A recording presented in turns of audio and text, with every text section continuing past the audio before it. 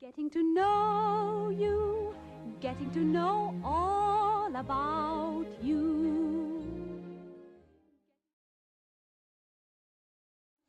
Somehow, some outfits that did something that upset another outfit would end up getting flooded out.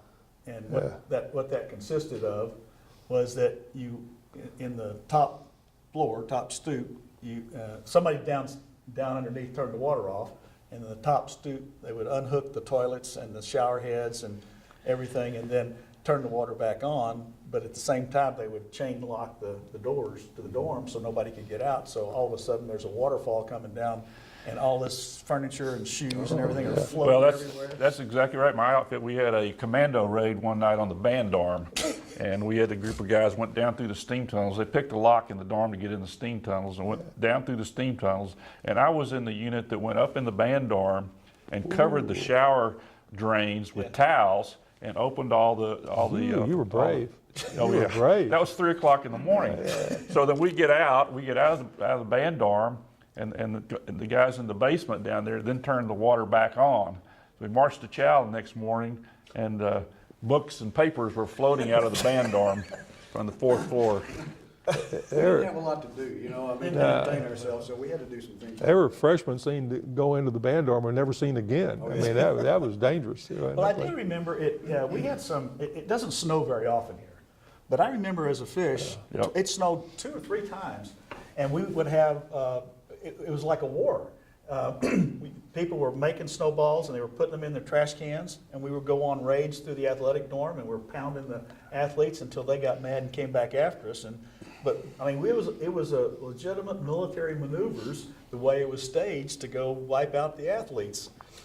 I'm sure too the President Young and the Commandant probably would not forgive us for this, but we also had a tradition in the spring when the grass started sort of growing, and we'd been confined for the winter. We'd always have a campus water fight, and what that really meant was everybody showed up in the quad and filled up trash cans. I almost did the wrong thing. You almost did the wrong thing. Trash cans full of water, and you'd go drown somebody out in a dorm or each other, and it was just a free-for-all, and it was really just getting rid of energy that had been stored up.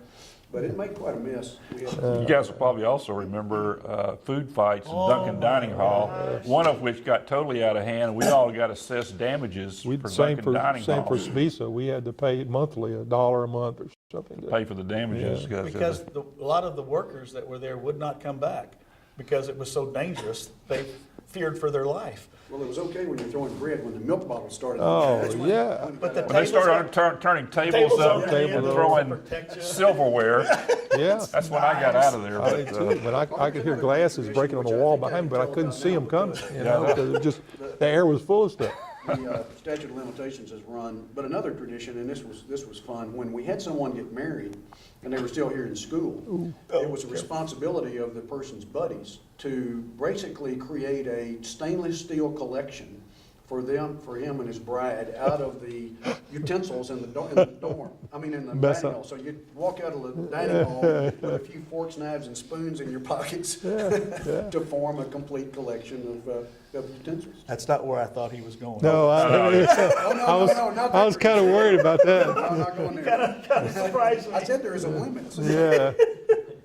Well, not to mention, as a fish, taking 2 pies, slapping them together and putting them under your field jacket and taking them back to the dorm so your fish buddies could carve them all up and eat that night. Yeah. I do remember something. Had to be a pretty well-baked pie.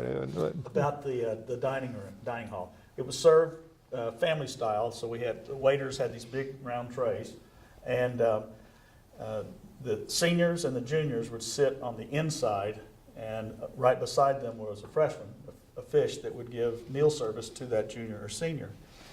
And everybody had their napkins, paper napkins, either tucked in their belt if they were upperclassmen, or tucked in up here in your shirt if you were a fish. And occasionally an upperclassman would send a fish on a detail, either, what did he call it, a grease detail, which was little pads of butter that were served on the table. And the fish would put a pat of butter in each hand and go over and grease one of the upperclassmen in another outfit, and you walk up behind them and you slap them in the ear, and the grease just fills their ears. And the other detail that I remember, we had to carry fish matches. You have to remember that there was a lot of smoking going on when we were here. And so you had to carry your matches. And depending upon your outfit, it would make their rules about how many. But at the dining hall, they would also send fish on to light the bibs, or light the napkins of the upperclassmen. So the fish would sneak down out of their bed, out of their chair, and on their hands and knees, crawl over to the other table and get up underneath where that upperclassman was, and with his match light the paper napkin, and get out of there. And it didn't take long for that napkin to start smoking. And invariably, what would happen is that the upperclassman would jump up, and the fish across from him would grab the bucket of water and douse it to put the fire out. So that's not a. This sounds like a lot of foolishness, but it's all we had. That's right. It was the way. No we had TVs, fun. no anything. It was. You made your own fun. Made your own fun. We That's did it. a lot of that, yes.